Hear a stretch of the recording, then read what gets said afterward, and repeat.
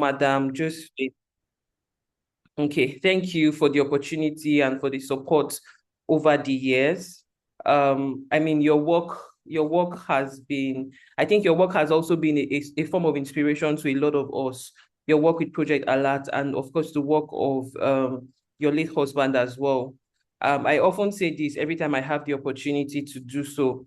I never met him in person before his demise, but I do know that I heard a lot about him. I have very close contacts who were beneficiaries of his magnanimity, his philanthropy. And I think you might know one of them, Bumi, who runs Gender Mobile. I remember having conversations with her, and Yes, she told yes. me how she got her big break with a $5,000 grant from Ford Foundation at the time, and so many people. So this is someone that I really was looking forward to meet, but unfortunately, I didn't get to meet him. But then I should also say that his work with Clean Foundation also impacted a lot on the work that we do. So as Dr. Abayomi has rightly shared, I work on criminal justice reforms, criminal justice issues. And it's not like now that, thankfully we have a lot of people doing work around criminal justice. In 10, 15 years ago, there were just few organizations, I think I can count them, who were working on issues relating to police reforms. I think by the time you count Clean Foundation and you count Prower, those were probably the main organizations working on that. So Very his work true. Very true. foundation, yes, Very true. yes, his work at Clean Foundation really impacted on my work. But more importantly, I think the most important part is the fact that when I look at the Nigerian civil society sector and the non-governmental sector, one of the things I find is the gap with sustainability and succession. And I think he was one man who really lived out what it means for an organization to have sustainability and succession. The fact that, while he was alive, he was able to move away from clean, go on to other things, and Clean was existing, working, performing well. And even despite the fact that he's gone now, Clean is still one of the strongest organizations you find there. I think that is rare. And to be honest, there's really no time you would call on me that I won't come, because I just want to honor him and also honor the great legacy that he has. So I am actually deeply honored to be here. I stopped taking speaking engagements. I think I mentioned earlier, I'm currently in my final trimester, Yes. and but I Yes. just said, okay, I probably have more.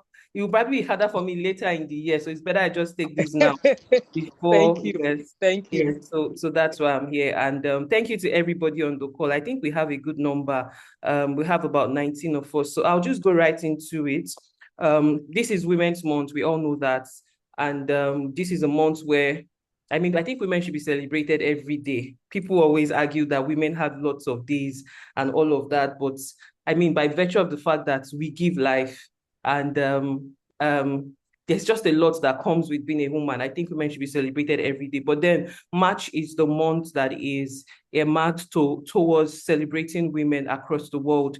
And I think that's how we came about this conversation on leading as a young woman. And I see that hopefully we have a couple of young women on the call, including myself. I'm a young person as well. I to the next slide. I started my organization at 26. I was 26 when I started my organization. And I'm currently 34. I turned 34 this month.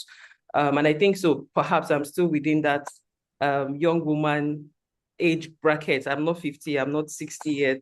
But then I think this conversation is really important because there are lots of things you navigate as a young person, as somebody who wants to get into leadership. And then, thank you, man.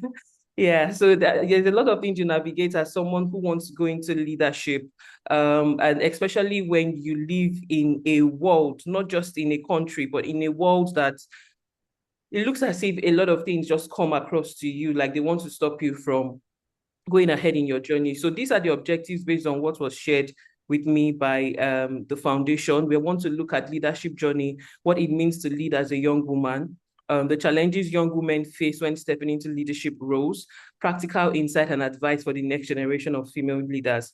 I love to speak a lot. I believe in authentic leadership, so I'm not going to say anything here that I have not probably experienced or practiced. So I am going to be sharing my experience along the way. And hopefully I'm able to do that within the short time that we have, and then open the opportunity for questions, for feedback, and for any input from anyone who is on the call and is willing to share.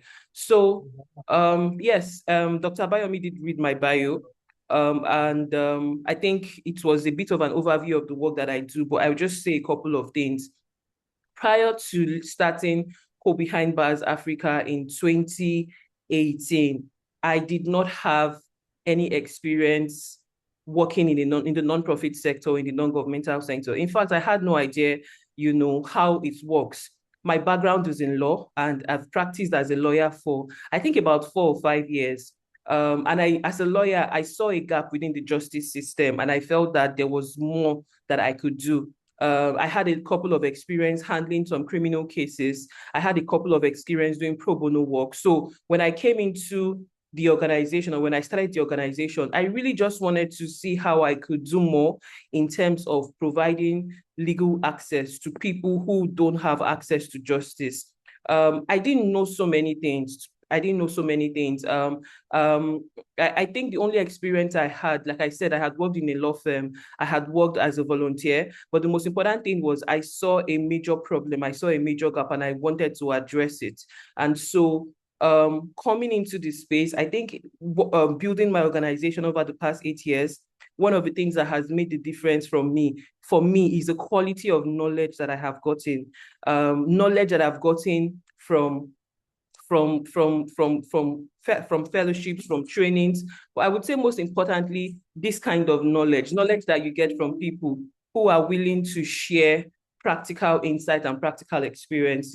I think that made a lot of difference. Next slide. So let's talk about leadership.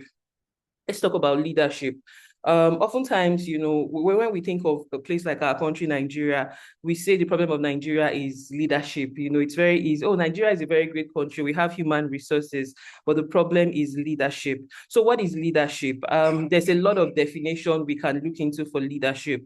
But I think that one thing I thought I should stress here is the fact that leadership is not necessarily about age. It's not necessarily about title. It's not necessarily about permission. It's about influence, responsibility, and courage. And why is this so? Because most times, a lot of us think that we get into positions of leadership when we start to be called a leader. Like you're called, I am currently an executive director. Someone like Dr. Abayomi is he's a program manager, that's supposed to be a title, and so you're a leader, but that's not the truth. I think that it's important we understand that leadership starts before the designation. It starts before you are given a name. You don't need to get to that point where you are given a designation before you become a leader. And that's why I started with how I got into this work. The fact that I was in a particular place, I saw a problem, I saw a genuine problem. And to be honest, to some extent, I had to take responsibility. Before I started Hold Behind Bars Africa, like I said, I had handled a couple of pro bono cases. And I remember there was this particular case nobody was interested in at my firm. The men in question did not have money. I was working in a firm that was purely like a business litigation firm. We're out to make money.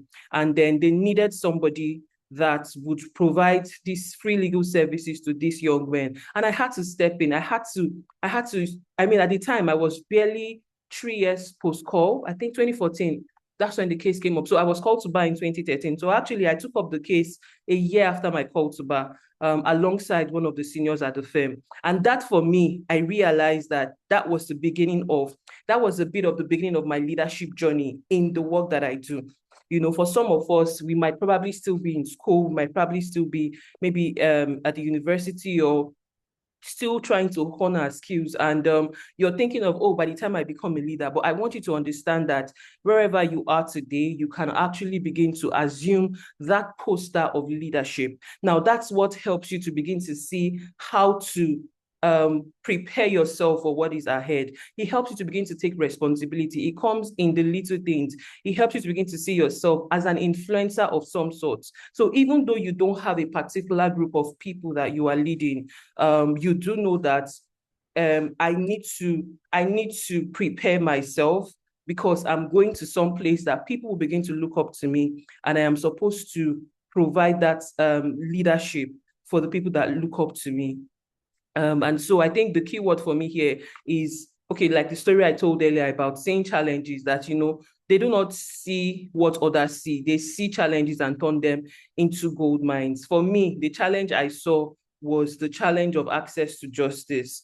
And by the way, when I started my organization, so I'm one of those people. I'm going to talk about imposter syndrome very well before the end of this call, hopefully, because I know that in my conversation with a lot of young women like myself, that's something that we all have had to deal with. But what my point is, if I had, if you ask me what's the perfect scenario as at 2018, the perfect scenario was for me to share my skills with with an organization that's doing the kind of work that I do. But I did not have the opportunity because I know that after I resigned from my firm at the time, I tried to look for a job in a nonprofit that was doing similar stuff like I wanted to do, and I did not find any. So basically, I had to just take that challenge that I had. I had to just take the gap that I had seen and turn it into something else, something good. Next slide. Okay. So at the beginning, I talked about authentic leadership because, we have different kinds of leadership, right? But I think that most times when we look at the word leadership, we often think that you have to be somebody else. You have to be different. In my leadership journey as a young person, I realized that oftentimes, I mean, I have a lot of people that I look up to, right? I have a lot of people who I would regard as some mentors or coach or mentors of some sorts. I have my coach, but I have certain people that probably I've never had conversations with, but I just see their digital footprint and I'm like, okay, this is how this person is. But one thing you have to understand as a young person, as a young woman, is that you are unique, right? You cannot always be like Ngozi Okonjo-Iweala, or you can always be like Margaret Thatcher. I love Margaret Thatcher. I love reading about her. But even looking at my persona and her persona, there's lots of differences. So my point is, one of the things that you have to consider as a young woman is you are enough. You are enough. Um, Everything about you, everything about your makeup is what the world needs. So as you go about your leadership journey, while I would emphasize a lot on growth, while I would emphasize a lot on involving transformation, becoming a better version of yourself, I don't want you to think that you're not enough. You need to be able to see yourself as someone who is able to give to the society in your authentic self. So as you commence your leadership journey, you want to ensure that you are authentic. I think that's just the word. And that is leading from within. We as women, we feel a lot, right? We are feelers. We feel a lot. That's it. We are able to take in the particular makeup of a woman. I mean, just being a woman, that when you take in something, you take in sperm, like, let me use example of mothers, for instance, or people in, mothers, you take in sperm and then you give out something. So you're able to feel your environment better by virtue of your specific makeup as a woman. And that's how we are supposed to lead. And that's why we need more women leaders. I think a lot of the challenges that we have in the world that we are in today is because despite the fact that women make up half of the population of the world, in a place like Nigeria, more than 50% women, and we have less women in leadership. That's why we have some of the problems that we feel. So you need to understand that you as a woman, there's something that you being a woman has to give back to the world. And it's unfortunate because when you read a lot of books written by women, you hear a couple of them talking about how in their leadership journey, they are trying to fit in.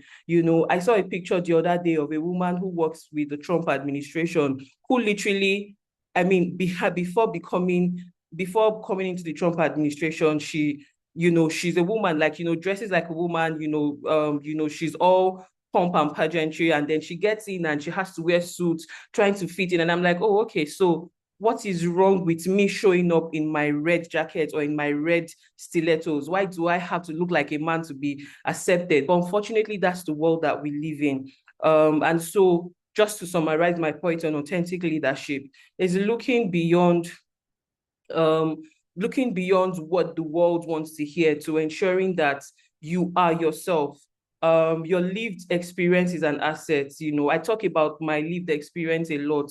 I talk about the fact that I come from a family that had encounters with the criminal justice system. And I can't talk about, the work that I do without talking about some of my experiences. So basically, remember, authentic leadership is leading from within, is leading as a woman with your full self. It means speaking up when it's uncomfortable, taking initiative when I've been asked, and carrying a vision, even when others do not see it. Next slide. So there are many challenges that young women face. I had to summarize this. It feels like when you're born as a woman or you're born as a girl, the whole world is just against you. I think it was just this morning I was seeing in the news about some women in some place in Delta State who are being molested in the name of culture. I don't think a lot of men have those kind of experiences. But the point is, from the moment you're born as a woman, there are just so many things that come at you. But I just try to mention a few challenges. Actually, the heading should be challenges young women face when engaging in leadership journeys or when starting out their leadership journey. The first one is being underestimated or not taken seriously. You will enter into a room, everybody is complimenting the fact that you're beautiful, and it's about you being beautiful. It's not about what you have here or what you want to give back to the room. You enter into a place, everyone is commenting about your dress, about what you wear. It's not about what you have here. The fact that there is virtually no space, I don't know of any space. I think apart from schools and the educational sector, that's where you find a lot of women. But we, in positions of leadership, you find more men dominating these spaces. You enter into political leadership. I mean, a lot of us are following the story of Natasha. She's just one out of 4 women in the Senate, and it feels like everyone is out to get her. You go into the entertainment industry. You hear stories about women who would not be given roles unless they have to sleep with a director. You go into even religion, faith-based organizations. People are still complaining that why should women be on the pulpit? You go into different sectors and it's male dominated, and you as a woman, you are dealing with you're dealing with different kind of challenges, you're dealing with different kind of pushbacks, and you also have to deal with the pushback of the fact that some people don't think you deserve to be there just because you're a woman. So that's something else that we find. I would come back to internal barriers. You go into the part that you go into issues like the fact that you don't even have access as a woman, lack of mentorship, lack of funding. They would rather give a man. The other day I was reading the story of a young woman who had a startup, and she was just sharing how she had got, I think she had about 5 stages to get this particular funding, millions of dollars. And she had gotten to the 4th stage. All of this stage had been virtual, and the people who were going to give the funds were saying, oh, they really appreciated her idea, they really believed this was something that was going to be helpful, blah blah blah. And then the final stage was where she was going to have a meeting with them. And at the time I think she said she was 7 months pregnant. She said she entered into the boardroom that day, and she met with them. But as soon as she entered, it was definitely male dominated. She already knew that, okay, this is not going to come true. And indeed, it did not come true. Why?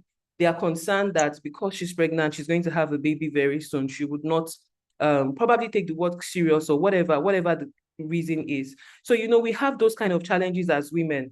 You have the challenge that when you start your journey as a young person from school, a lot of things, even biology somehow is against you. And the fact that the world does not see those biological things as the reason why we should be giving more spaces, or we should be giving more allowances. When you look at let's not talk, I don't want to talk about international human rights law now, but in CEDAW, there's something there about equality, formal and informal equality and transformative equality, which is where we understand that by virtue of the specific nature of a woman, these issues will come up, like these challenges will come up. So let's give her a leeway. That's where you hear things like special seats bill, because we know that ordinarily she's already disadvantaged as a woman.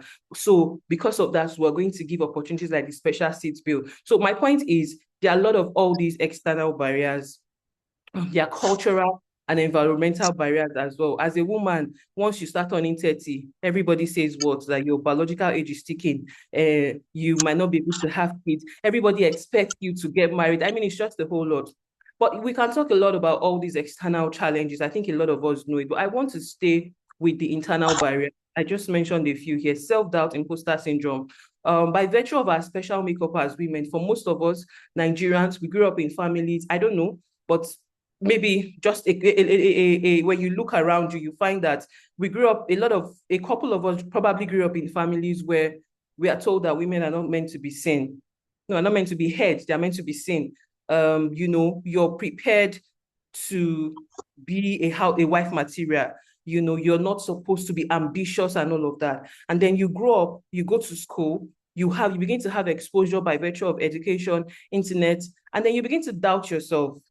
Now, this is not just about the external barriers, but this is yourself telling yourself that, okay, I don't think I'm ready for it. I don't think I'm good enough.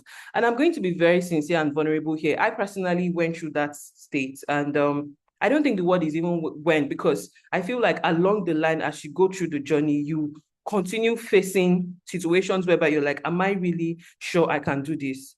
The word for it is imposter syndrome. And what is imposter syndrome? Imposter syndrome is that syndrome where even though you do know that you are capable for this thing, you continue to doubt yourself.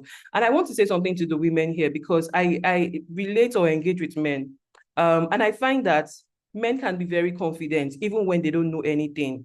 Like, there are a lot of things in my organization whereby when we put out applications, we find more men applying than more women. There was a fellowship that we recently had, and I think we had 70% men who had applied. And when my staff shared the shortlisted list with me, we were supposed to pick 12 fellows. 7 of them were men, 5 were women. And, I asked them, they were like, oh yeah, we had more men applying. We had more solid application from men. I said, do you realize that there are so many women that did not apply, not because they are not good enough, but because they think they are not good enough? I said, there's no way my organization is going to have such a fellowship or such a thing whereby there will be gender imbalance, God forbid. I had to strike out some names from that of the men. And I said, okay, you know what? Let's go back and look for more women that we think can do this, but probably did not apply because they think they are not good enough.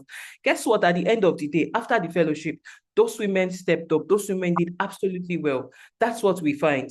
I know this because every time I encounter a challenge, the first thing that comes at me is not the external barriers. It's the voice in my head telling me, oh, are you sure this is the right time? Are you sure you should be applying for this opportunity? Are you sure you should apply to Oxford? Oh, the people going to Oxford are probably smarter than you.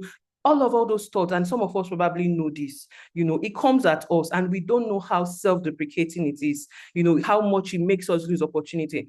Let's even talk about the issue of funding. Oftentimes I speak to men in my space, and it's funny how before I apply for a particular fund, I want to make sure I've ticked like all the 100 boxes. And I'm seeing a man who is not even doing anything close to whatever the funder is asking for, and he's already applying. So I think the first thing we have to understand on this particular challenge, and I'll move away from here soon, is that this thing is real. Imposter syndrome is real, and it doesn't just affect you. You look around you, there are lots of other people that this probably affects. There are lots of other women, because I speak to, so I get to speak to women, I speak to my friends, I speak to a lot of senior friends, older women, and they tell you that, oh, this is something that, you're just going to have to deal with, at every point in time. But the best way to conquer it is understanding that it exists. It helps you. So how I treat imposter syndrome, and I'm already beginning to go into my intervention in terms of solution, but let me just stop to that, is I see it as something that helps me. When the imposter syndrome comes, it makes me feel like I am not enough, or I am not the perfect candidate for this thing. I'm thinking, okay, how do I become the perfect candidate for this thing? And I remember that I don't have to be perfect for me to go and speak on that panel or go and be in that room or go and do this thing. And basically, you have to lead through the fear. You have to lead through the feeling of imposter syndrome. I do not think that and I think I've read widely enough to know that it would not necessarily leave you, because when you conquer a particular challenge or you surmount a particular mountain, you will meet a bigger mountain tomorrow. You might just be in your room and then you get to know that you've been appointed as something, and you're asking yourself, do I even deserve to be in this space? Right? So that's something you need to know, that you need to learn to lead in spite of that challenge, in spite of that mountain, in spite of whatever that is. So let's move to the next slide. And please, if you have any question along the way, or anything you want to share, you can always just drop a comment or just use your hands, and then I'll just let you speak. But I'll just go straight into what has helped in my journey and what I think can help. Because that's why we are here. We're not here to talk about the problems and the challenges alone. We want to look at the way forward. So 90s of leadership. I mean, of course, this applies to everyone, but I think it applies a lot to young women. That applies to women. And so they're all in C. So you would remember, I have clarity, I have confidence, I have competence, community, character, courage, credibility, consistency, and communication. And I'm going to be speaking to every one of them. Some of them might seem like a bit of a repetition, but they are really different when you look at it in the larger context of things. So let's look at clarity. Let's look at the next slide. So one of the things that I think, and I think it's really, really important, as a young woman from the beginning, is to know what exactly you are called to do. Now, understand that life is in phases, and I am currently doing this work today as, the founder of Go Behind Bars Africa. And then maybe tomorrow, I picture, and that's why I was saying what I said about the late founder, Innocent Chukwuma, the fact that he's able to move from founder, and then he moved to something else. He moved to fundraiser or philanthropist or grant maker. And I think at the time of his death, he was going to do something else. For me, that is like the perfect life trajectory. I don't necessarily want to have to lead Go Behind Bars throughout my years, depending on what God says. But basically, I think that there are many phases to my life. But I think that one thing that would be constant is the vision. And the vision for me is, I think that one of the reasons I'm on earth, or one of the major reasons I'm on earth, is to provide access and opportunity to people who do not have it. So access and opportunity can come in different ways. It can come now, the way I do the work I do through Go Behind Bars Africa. It can come through an elective position or a political position where I'm elected to ensure that a particular group of people, a particular community or stakeholders have a particular thing. So my point is, when you think of clarity, you're thinking of clarity as for now. Like, what is my long-term vision? What is it that, why do you think you're on earth? Right? And understanding that the manifestation of why you're on earth can come in different forms. I don't know if that is clear enough.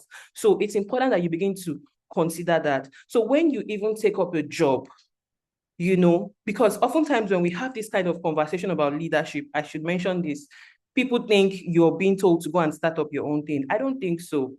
I call myself an accidental founder. Anyone who knows me knows how much of an introvert I can be. I don't like to be out there. I'm still struggling to be out there, to come out to speak and all of that. I just think that there are people that are made for the stages and all of that. And of course, there's maybe an element of imposter syndrome there, but I just, I really just think that a lot of things that I do through my work is just an expression of God's grace. Sorry, I'm a person of faith, so I talk about my faith a lot. It's an expression of God's grace. So when I do it, people hail and clap and all of that. But really, it's just God working through me. But my point about clarity is understanding what you are called to do in life. Why are you on earth? Whatever it is, it might not necessarily mean that you have to start an organization. It might not necessarily mean that you have to get into political positions, right? It can just be that you are working with a Madam Josephine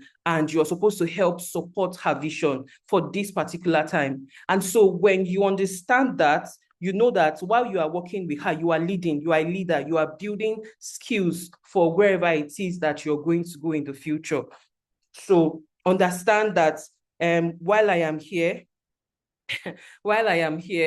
I'm supposed to build skills for now and for where I'm going to. So clarity is really important. Clarity is important because we are in a world, and you guys will know this, we're all in this generation together with the social media, where one moment you are living in your purpose. Next moment, there's something that is trending, and you are seeing figures, you are seeing content creators racking in money, and you're like, are you sure I did not miss something? Are you sure going to study law for 6 years was a good option? How much am I being paid as a lawyer? How much am I being paid as a human rights lawyer? When somebody just comes and they are just putting out comedic shows and they are racking in thousands of money. So it's really, really important to have clarity.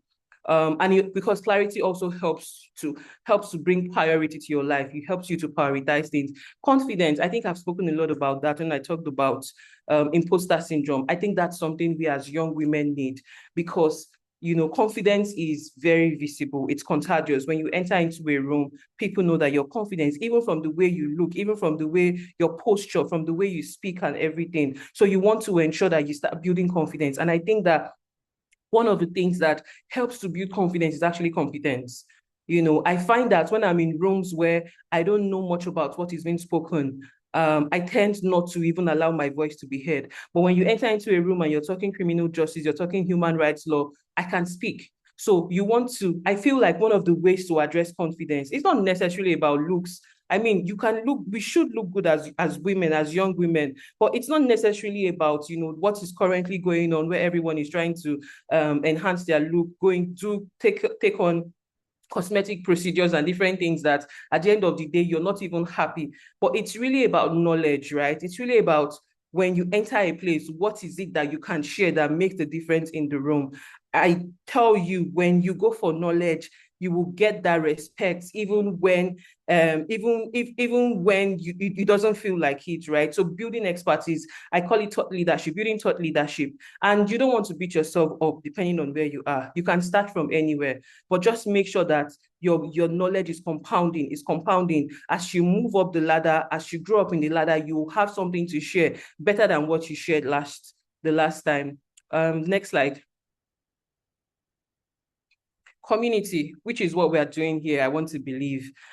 You can't take out the role of community. You can't take out the role of community. You need people around you. I'm one person who doesn't believe in self-made. People talk about, I'm a self-made entrepreneur, I'm a self-made billionaire. It's a big lie, because if you're a self-made entrepreneur, then basically what happened to all the people who bought the goods that made you a millionaire? What happened to all the people, all your customers, all your clients? I think that we are made this world, the way God created us, we are species of community, right? You need people around you. You need supportive people around you. And it's not necessarily, it's both horizontal and vertical, right?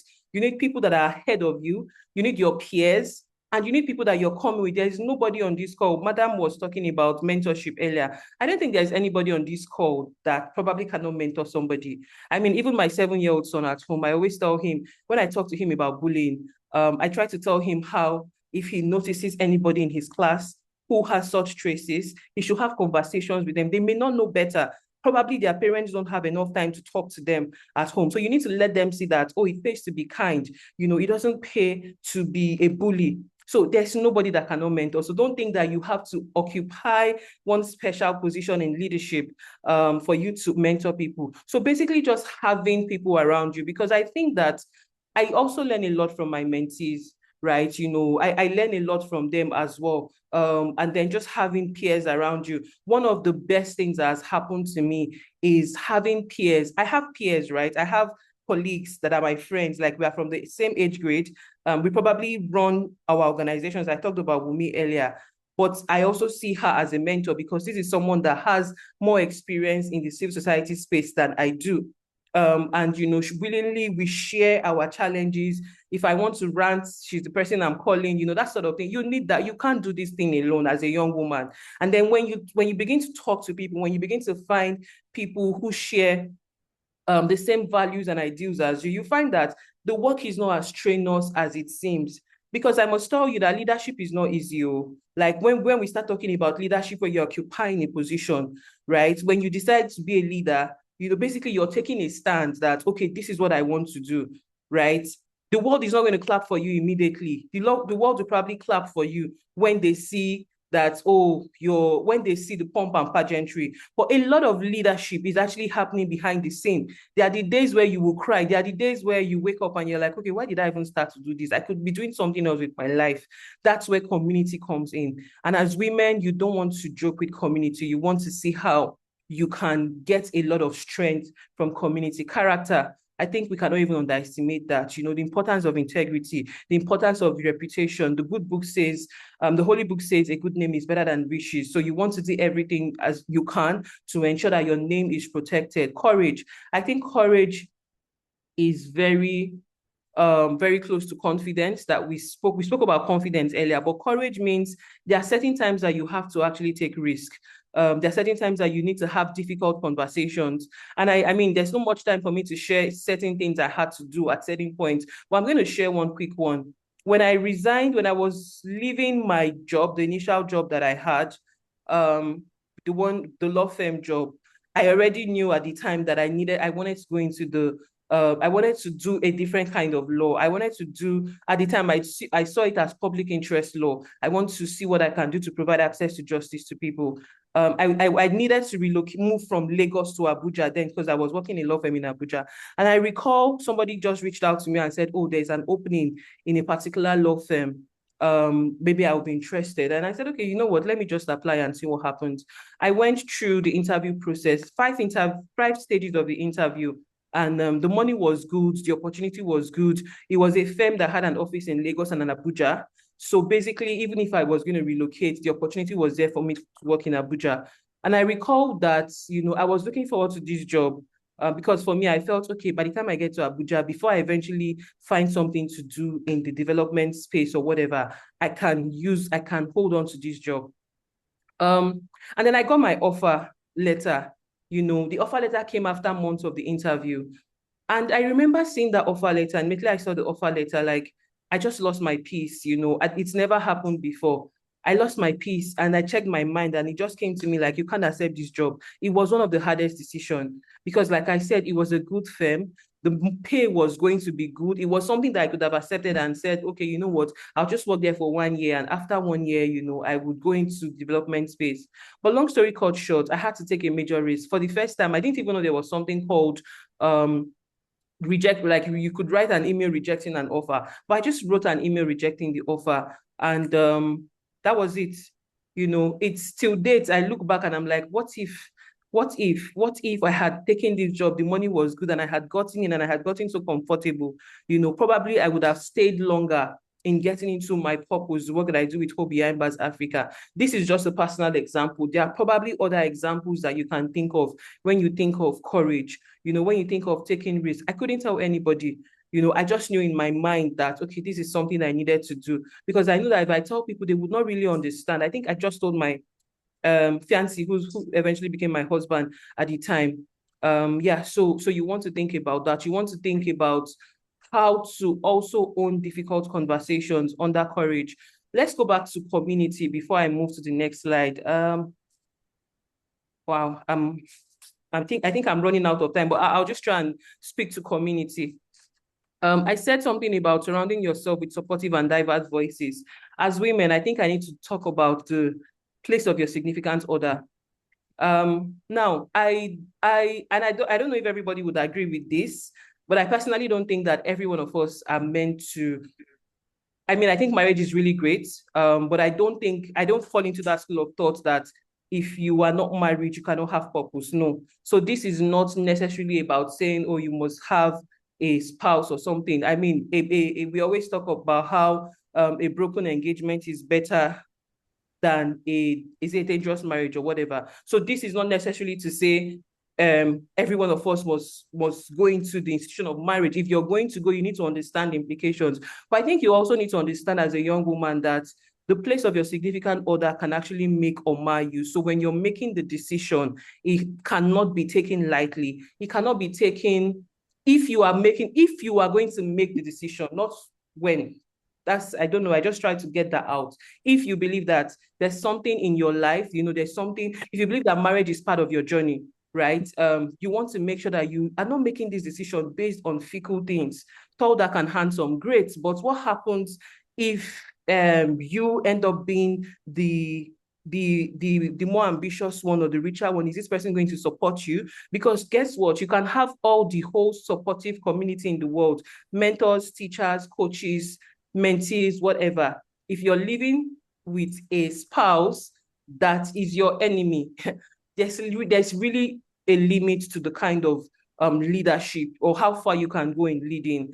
I think that also goes to say that if there's anyone here who is in an abusive relationship, you're not doing yourself good at all. That's one of the, that's one of the things around internal barriers, because as women, at times we find ourselves in abusive situations, abusive relationships, and for some reason, because we don't love ourselves enough, we think that we have to stay there. No, you don't have to stay there. So when you think of community, I think you also need to think of that point of your significant other.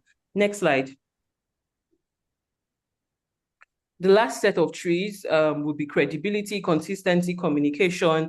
I'm going to rush through this now. Consistency, everything that I've said, you have to be consistent at it, right? You have to be consistent at showing up, at being confident, at showing courage, I find that what makes the difference is not necessarily those very big things that you do.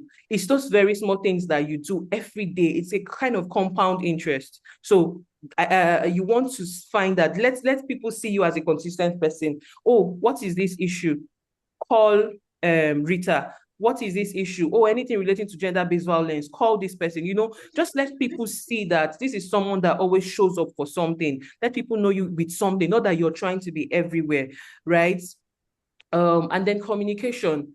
So communication, I feel like I can really have a whole day speaking to communication. And communication here for me is communication in this particular generation that we find ourselves, how you need to show up, how you need to ensure that your digital footprint is exactly what you want people to see you as. Your digital footprint is you're thinking of your future when you curate your digital footprint. Yes, it's not that you're just being anyhow. Maybe today you are posting a nude picture, the next day you are being a troll on Twitter or, on X and all of that. No, your communication here for me is how you show up, how you're visible. What do people know you for? Madam was talking about how, she's seen a couple of my posts on LinkedIn. I think that when you think of communication and visibility, you also want to think of your authentic self. I envy people who are very good with videos, right? You see people, content creators, post videos and everything. If you're not someone you're not very good with videos, you don't like videos, right? Right. But my point is, don't keep quiet. There's something everybody on this call cares about. You don't have to wait until you have an organization or you're working in one very stellar place for you to post all of that. So you want a situation whereby when people go online and they Google your name, there's something that you actually stand for, right? So that for me is communication here, because you know what? All the thing I've said earlier almost comes into nothing if people don't know about it. And again, we are in a world where there's just so much information. So you want to make sure that in the midst of all the information, if you believe in something and you stand in something, the world knows that you actually stand for something. And it doesn't matter if now you only have 1 or 2 likes or 1 or 2 comments. You don't know how important that's going to be in the future, right? So you want to make sure that you are visible, you are using your voice, and you're not silent about the things that you care about. Scroll up. I've talked about this. So I think we can move to the next one. I think okay, leading with purpose. I think I talked about I talked about this earlier. Yes, I think I talked about this earlier, but just speak to what is here as well. Leading with purpose is very important. What do you care about? Who benefits from your leadership? And I think one thing about leadership is that you're leading and you're not burning out. I mentioned earlier that I'm currently in my final stage of pregnancy. And every other time when people see me, they're like, oh, you're still traveling, you're still working, you're still doing this. It's not like I can't sit down at home. And I'm grateful for strength. Pregnancy can be I'm talking pregnancy because it's a women conversation. So please allow me. Yeah. But pregnancy can be quite interesting. Yes, for certain people, it's a walk in the park. For certain people, I know people who literally have to be on bed rest. So I'm not saying this to say that I'm stronger or something. Actually, I don't know where I get the strength from. But I know that one thing that gets me out of bed, or one thing that pushes me, is the deep love I have for the work that I do, right? I know that this is what I'm called to do. And I really think that, when you give yourself to the work that you are called to do, that you feel like, okay, I am in the world at such a time like this for this work, you will get supernatural strength to do that work. It's that thing about provision for the vision. All the provision that you need to carry out that vision would come. Is it resources, monetary resources? Is it people, human resources, supporters? A lot of things will come when you lead with purpose. But I think purpose is it's a deep conversation. We can talk about how you begin to understand purpose, or how you get into purpose subsequently. Next slide. I think this is really, really important, because this is a place about self-care. This is a place about self-care. And I think a lot of us, including myself, we are still, we are still learning self-care in this part of the world. That thing where people always talk about strong Black woman. And strong Black woman is supposed to be that woman that wakes up in the morning. She has 5 kids. She has to fend for the kids, bathe herself, bathe the children, feed the children, then back one of them, then go to the market, go to the stream, all those things that some of our movies also condition us with, that you have to be restless. You're not thinking of yourself, you're thinking of every other person. No, we're not doing that. This is our generation of women. I think that's something we are beginning to get right. Understanding the place of well-being, understanding the place of rest, understanding the place of boundaries. There are certain people that are not meant to be part of your life, because you know that every time these people come, they are projecting something negative. So in everything that I've said, you want to really, really prioritize your well-being. You want to prioritize self-care. You want to prioritize yourself, because you need to be alive to do this work. You need to be strong and healthy to do this work. So you want to think about that. You need to have your rest days. If you have the funds, take out a time. There's something I do. I've always done since I was in university. I always take my time to retreat. Retreat for me, I mean, when I was in school, retreat meant leaving home and probably going to maybe a camp somewhere, maybe redemption camp or somewhere, to just pray and spend time with God. It's just me. I'm just thinking about my life. Now, thankfully, I can afford vacations and say, okay, I'll just take some time away and just think, prepare for the next year or for the next journey or whatever it is. But my point is, you cannot pour out of an empty cup.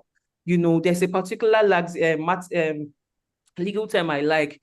You cannot give what you don't have. Nemo that spot non habet. You cannot give what you don't have. A lot of the challenges we face in the world today is because we have leaders who don't have what to give. Leadership is about responsibility. It's about empathy.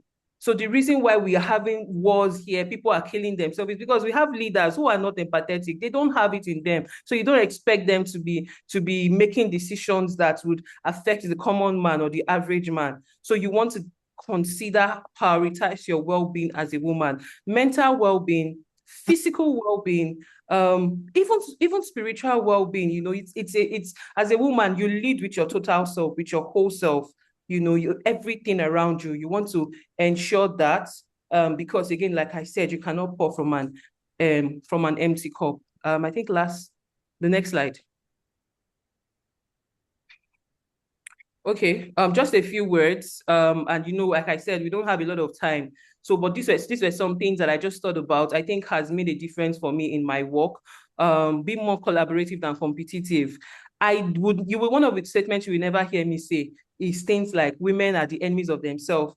That thing, any people like projecting that women supporting women, and when they say sarcastically, no. I'm somebody that I have benefited a lot from the support of women. There might be a few, negative experience here and there. But I just think that we should not perpetrate such kind of negative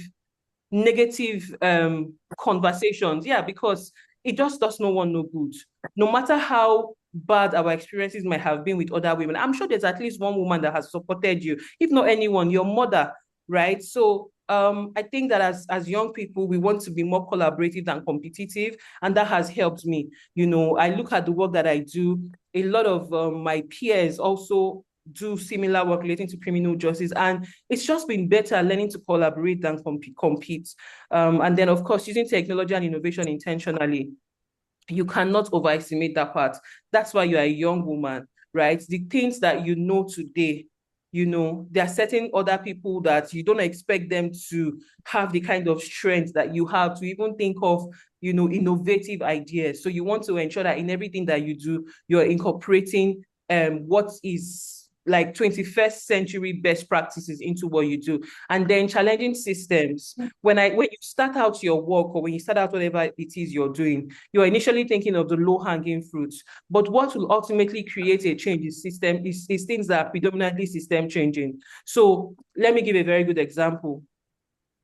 Maybe you care about people in IDP camps and you start out your work and you're donating food items to them. You're donating food items to women and children in IDP camps. You're donating school bags to children in IDP camps. That is a good place to start, but don't stay there. Don't stay there. You want to get more knowledge. You want to understand the problem holistically in such a way that you are moving up the ladder and you're not just thinking of the women and children in Kuchingoro IDP camp alone, but you're thinking of the women and children in Kuchingoro across Abuja. And then you're thinking from Abuja to North Central, that sort of thing. That's system change thinking. And what is that thing you're going to do that is going to create that system change? Is engaging with the power brokers, engaging with key stakeholders, engaging with the government. So basically, my point is when you start out, wherever you are is fine. It's a good place to start. It's a good foundation, but don't remain there. And what would not allow you remain there is going for knowledge. And that's what I also mean by building institutions and not just careers, right? Last slide. I didn't even know this was here. Start where you are with what you have. That's really my experience, right? That's my experience. I was telling somebody a couple of days ago, I got an email from one of our recent donors. This is funds that we had been expecting, and for some reason I thought it was never going to happen. And I got an email saying that we should send account details and all of that. The grant is going to commence in April. Now, this is me. I'm trying to round up everything because I need to go on leave. And I was telling her, I was like, I'm not complaining, but I'm just it's just interesting to see because 3 or 4 years ago, I was literally still bootstrapping my organization, begging, not begging per se, but I was out there and there was literally nothing. And then, we literally moved from having one funder to two funders. And then today we're talking 15. And it's like, okay, we need to do this work. How do we handle all of this work? Who is going to do all of this work? But it started from starting with nothing. It started from bootstrapping for 3 years. For 3 years I think 3 or 4 years of the organization, I was using my funds. How much did I have? I actually had nothing. Not like I had a very big boot. No, what I really had was good. The good thing was for my work, you literally just need lawyers who are interested in doing pro bono work. So we had lots of volunteers, across the country. And today it's a different conversation. And it's even nothing compared to where I know we are going to, right? So please, please, please, and please, start with what you have. Start with where you are. Start with where you are. Don't wait for permission to lead. And just to finalize that, the world does not just need more leaders. It actually needs you. Every young lady on this call, hearing the sound of my voice, the world needs you. There's something special that you are bringing to the table. That's why no two fingers are equal. There's something special you're bringing to the table. Just make sure that you believe in yourself. You allow yourself to fail and you start.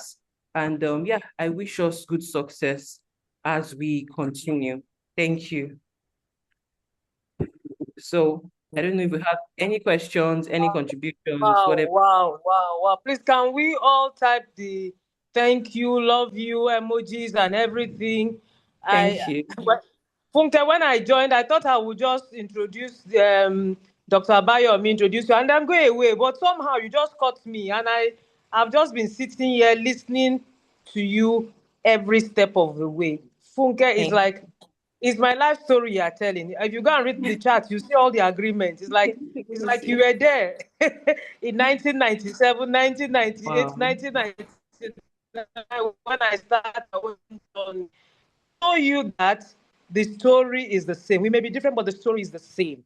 And being a woman in this world, not just in Africa, was in Africa, but in this world, it's Yeah. already like the odds are against you, more so in our climb, because some families will actually be crying at your back, because they did not expect female, they wanted a male child. So you may actually be crying at your back and all of that, and then having to go through this journey of life. But then you need to believe in yourself. You need to Mm, have the can-do attitude. Very mm. valid point by Funke again, that men apply for jobs with confidence, even if they don't know anything. Even though they don't I've know seen anything. that My as an employer of experience. labor. I'm telling you, but with confidence. But women, we doubt ourselves. We doubt ourselves, even during interviews. I've had opportunity to interview quite some young people, and I always use it as an opportunity to even also sensitize them about Mm, self-esteem, about, look, you need to believe in yourself. You need to say, even if you don't know it, have that I can learn, I'm willing to learn. And when you come in, you learn. It can only get better, it can't get worse. It can only get better. So thank you so very much, Funke. This thank is honestly so spot on. I will stop now. you. Questions, please, by show of your hands. By show of your hands, please. Let's see so that we can Someone is pick. raising her We hand. have an hour. Chidera Chidera. Onwokike. Okay, so Chidera, please go ahead. Okay, Chidera, please go unmute yourself and go on. Hi everyone. Good afternoon. I I don't think what I don't have a question. I just want to say a couple of things. I want to thank our facilitator, Mrs. Funke Adeoye, because um I think I've had a personal relationship with her, and everything she mentioned about the founder of IF, that's exactly who she is to me, because have before I met her, she was already an inspiration to me. She's an inspiration to me before I met her. And honestly, meeting her, I've learned a lot of things from her, both on the imposter syndrome that she mentioned. I think that's like one problem I have. But she has really taught me a lot, and I've learned a lot from her. I want to say thank you so much, Ma, for the opportunity to, to be there for young ladies like us. Whenever we reach out, you're always there for us. I just want to say thank you. Thank you also to the organizers of this section for giving us this opportunity, this mentorship program. I just want to say thank you. There are so many things that Facilitator mentioned that really stick out to me, where she said that confidence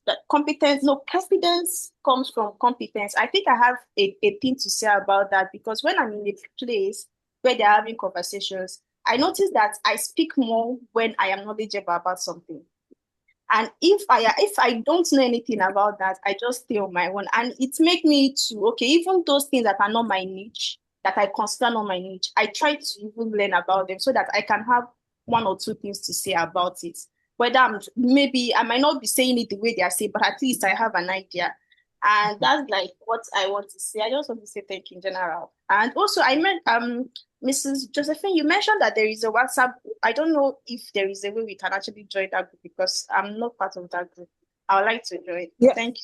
Yeah. Okay, Chidera, thank you very much for your question. It wasn't a question, for your intervention. Yes, please. Nene, please follow up with her on how to join the committee, our ICCEF community chat group, please.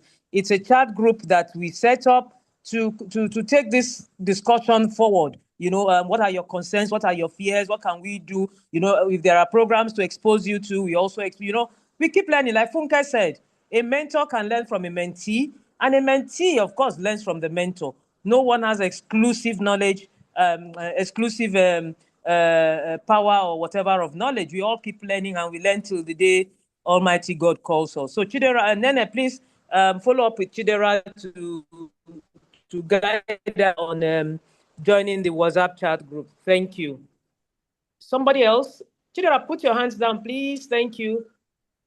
Okay, Nene has just put in the link. Yeah. All right. Any other question? Any other? Okay, Immaculate also wants to join the group. Immaculate, oh no, sorry if I murder your name, please forgive me.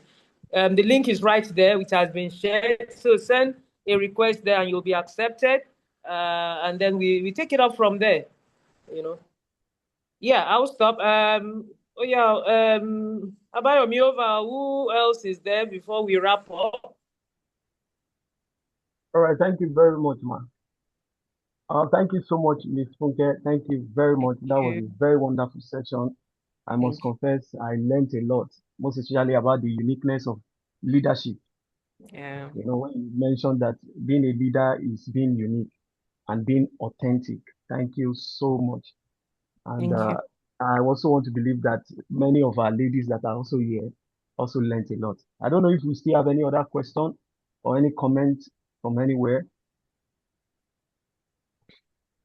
Any comment at all? All right, in absence. Okay, someone is saying something. Yes, I don't know. It's just a suggestion.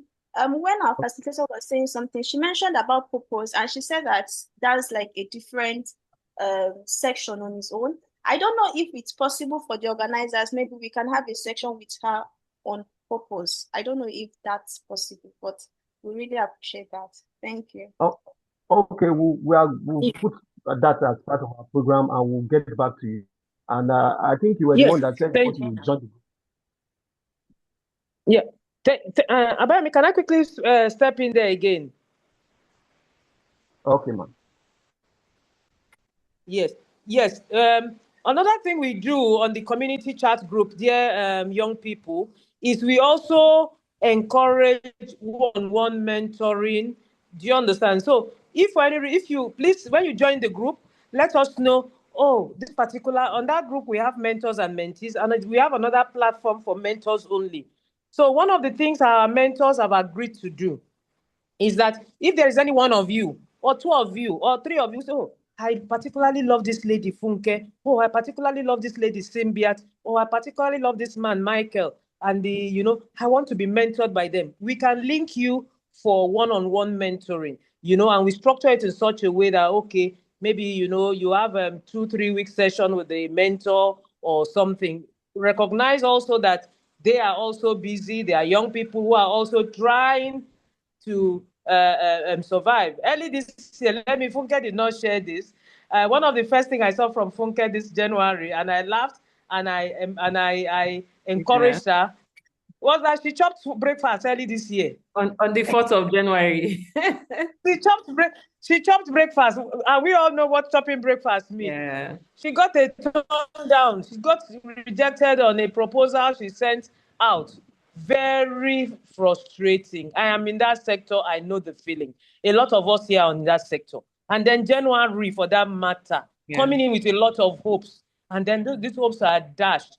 When I saw it on LinkedIn, I had to respond and encourage her and tell her, my dear, leave that one, look forward. What is coming in front is bigger than what is behind you. Do you understand? So we should also appreciate them that so number one, when you join the group chat, please indicate if there's any mentor that you want to be linked to or something. We will have it structured in such a way that we don't also want to, like Funke now, we can see she's almost having a baby. I just shared my own experience there too on the chat group. It's not easy being a young woman and a leader. I believe as young women, that's what works for me. I wanted the best of all worlds, and I got it. I got a supportive spouse, my late husband, Innocent. I built an organization. I started a young family. So I had the best of all worlds. I was married, enjoying my marriage, starting an organization, My husband did not say you have to choose between me and this work. No. Because if he gave me that, maybe I would even dump him and I'll choose my work. Do you understand? So we need to also understand that. So please join the group, indicate, we'll move the discussion further from there. Thank you very much. Okay, All we right, thank also you so have much, ma. one more question in the chat. We have a question in the chat. This person is Immaculate Onoma Okpo. He or she is saying that I also have a question on the aspect of picking a niche. I am a mental health economist that is also into web development and selling of perfumes. People most of the time tell me to pick one and develop. What do you advise? I think this person is talking about picking a niche. Yeah. Funke, over to you. What would you advise? Okay, I'll just share my thoughts, and I think you are more experienced than every one of us. But I want to hear from you first. Yes, I think my question to this person would be, where are you now? So if you are someone who probably just started out, maybe from the university, I think I'm always like, okay, you know what, spread your tentacles, right?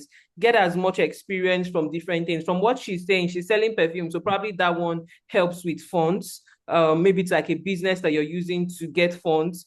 And then web development. Web development, I want to believe, is trying to key into, the whole technology. We're in a technological world, global world, and you want to make sure that you are on top of things. And then health economics must have been what you studied. So this doesn't look to me, depending on where you are, if let's say you're 4 or 5 years out of university, you're still trying to find, okay, you graduated in 2023. So yes, I'm right. So I would say that it's okay for now, but as you grow, you want to actually find that place where you can give yourself to. And again, it also still depends, to be honest. There are some people that are able to multitask. There are people that, they can work, they have something going on in the business sector, they have like a 9 to 5 they're doing, they have side hustles. So I think it just depends on where you are and your strengths, and what you want to get out of all of these things. So that would be my initial thoughts. But Ma, what do you think? Yeah, thank you very much, Funke. You didn't go far from what my thoughts are. And I'll go straight to the point. Number one, I tell young people, and that really works for me. I tell my daughters, I have 3 daughters, that when your work is your passion, then it is double blessing. When your work is your passion. But there are people who wake up and go to work, they just go because it is the salary they are interested in. Yeah. It is a drag. It is a drag. I'll go again. No, they'll go and sit there and all of that, just because it is that money. But when you are doing something that gives you joy and happiness, even if the money does not come in or is coming in trickles, you will go and write it down. You will still enjoy it somehow and have hope that it will get better. So you need to ask yourself, my dear daughter, where does my passion lie? Like Funke said, and reading your message, you read health economics or whatever, you are into web development, and then you sell perfume. Side hustle is a different thing. Side hustle is a different thing. That's not what is your main? What is your passion? You are not there yet, but you want to grow in that area. You are just out from school 2023, just 2-3 years. So you are still very young and fresh, as it were.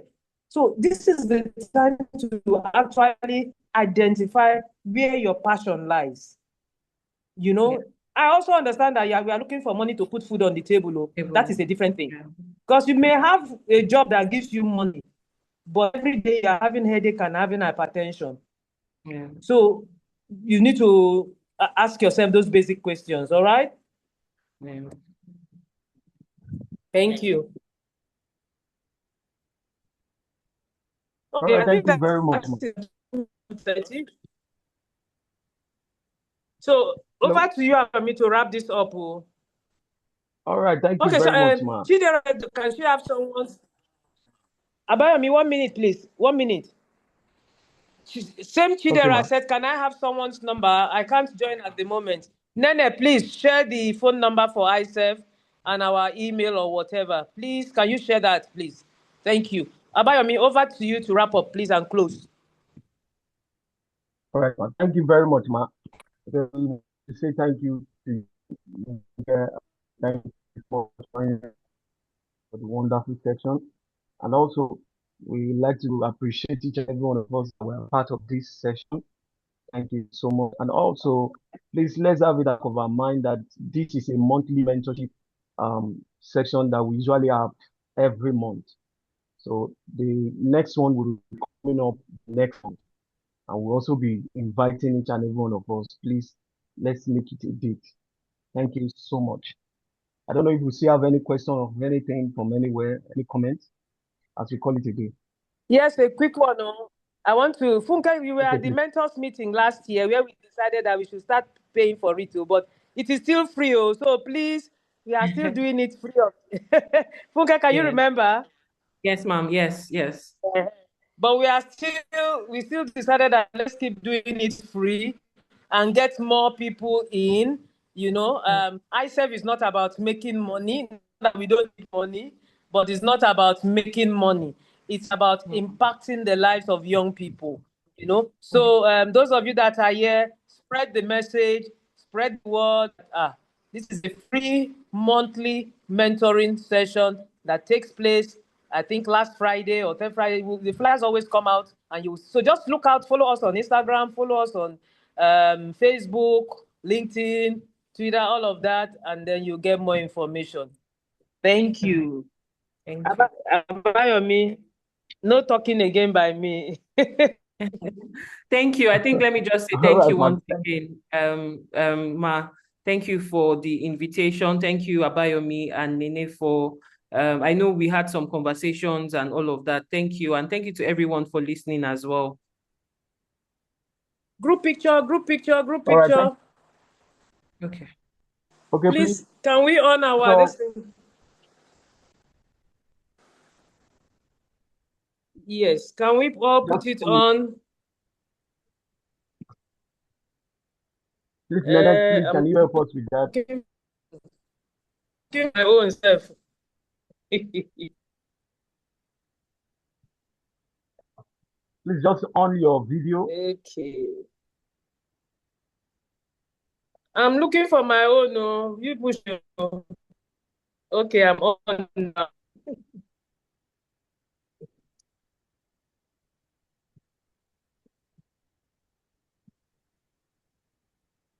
Nene, you are the paparazzi. So, Abayomi paparazzi.